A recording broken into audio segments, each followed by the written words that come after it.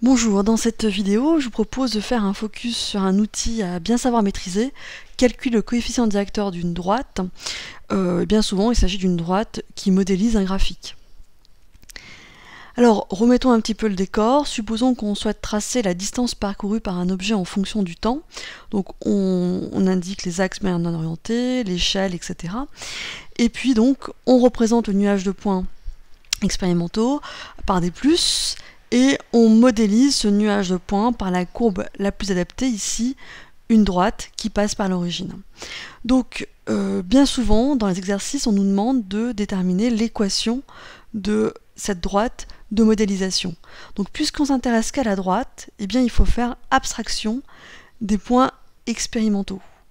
Donc, on va se garder en tête que la droite. Alors, cette droite, elle a pour équation, elle a une équation de la forme d égale k fois t. Ça rappelle en mathématiques le fameux y égale a fois x.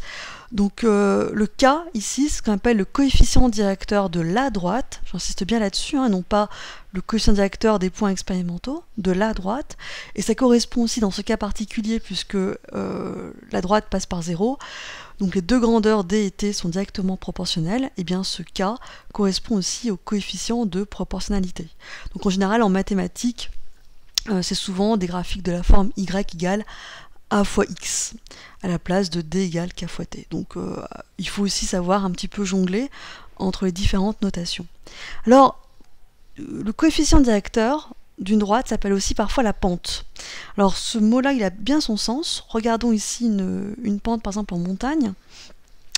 Et pour dire si la pente est plus ou moins importante, en fait, ça correspond finalement à dire si l'inclinaison de la route inclinée est plus ou moins importante. Donc pour cela, comment on fait pour s'en rendre compte? On compare le dénivelé de cette pente par rapport à une distance parcourue horizontalement.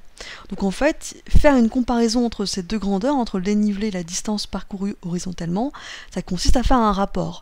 Et plus ce rapport est important, plus l'inclinaison est importante, plus la pente est importante.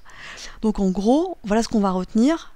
Déterminer une pente, déterminer un angle d'inclinaison, c'est comparer le dénivelé, c'est-à-dire une distance parcourue verticalement, par rapport à une distance parcourue horizontalement. Donc si on garde ça en tête, on va directement l'appliquer à notre graphique. Calculer le coefficient directeur de la droite consiste à comparer un dénivelé par rapport à une distance parcourue horizontalement. Et ça, on peut se positionner à différents endroits de la pente. L'angle d'inclinaison est le même. Par exemple, si je compare ce dénivelé-là avec la distance parcourue horizontalement à ce niveau-là. Eh bien en physique, on a l'habitude de comparer les distances de dénivelé et de distance parcourues horizontalement les plus grandes possibles.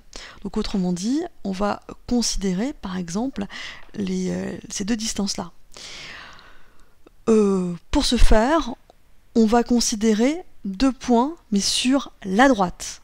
J'insiste bien là-dessus, deux points sur la droite qui ne sont pas forcément des points expérimentaux.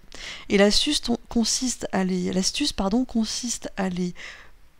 considérer les plus éloignés possibles l'un de l'autre, et si possible avec des coordonnées les plus simples.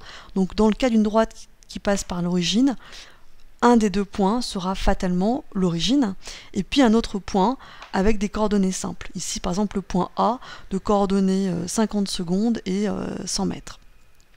Donc on se rappelle, calculer le coefficient directeur d'une droite consiste à calculer la pente, c'est-à-dire comparer un dénivelé, donc ici la différence des ordonnées du point A et du point O, par rapport à la distance parcourue horizontalement. Donc c'est-à-dire dans ce cas-là, la différence de l'abscisse du point A par rapport à l'origine. Donc si on fait l'application numérique, ça nous fera 100 moins 0 comparé à la distance 50 moins 0. Donc on trouvera 2. Alors attention, ça serait trop beau si c'était aussi simple. Il ne faut pas oublier que dans ce cas particulier, les grandeurs considérées ont des unités. Donc le numérateur est en mètres, le dénominateur est ici en secondes. Donc le rapport D sur T sera donc en mètres par seconde, d'où un coefficient directeur en mètres par seconde, 2 mètres par seconde. Donc si on nous demande Que vaut de donner l'expression de l'équation qui modélise le nuage de points expérimentaux? Eh bien on écrira, dans ce cas particulier, d égale 2 fois t, mais on n'oubliera pas que le coefficient directeur possède une unité, ce qui n'est pas souvent le cas en mathématiques par exemple.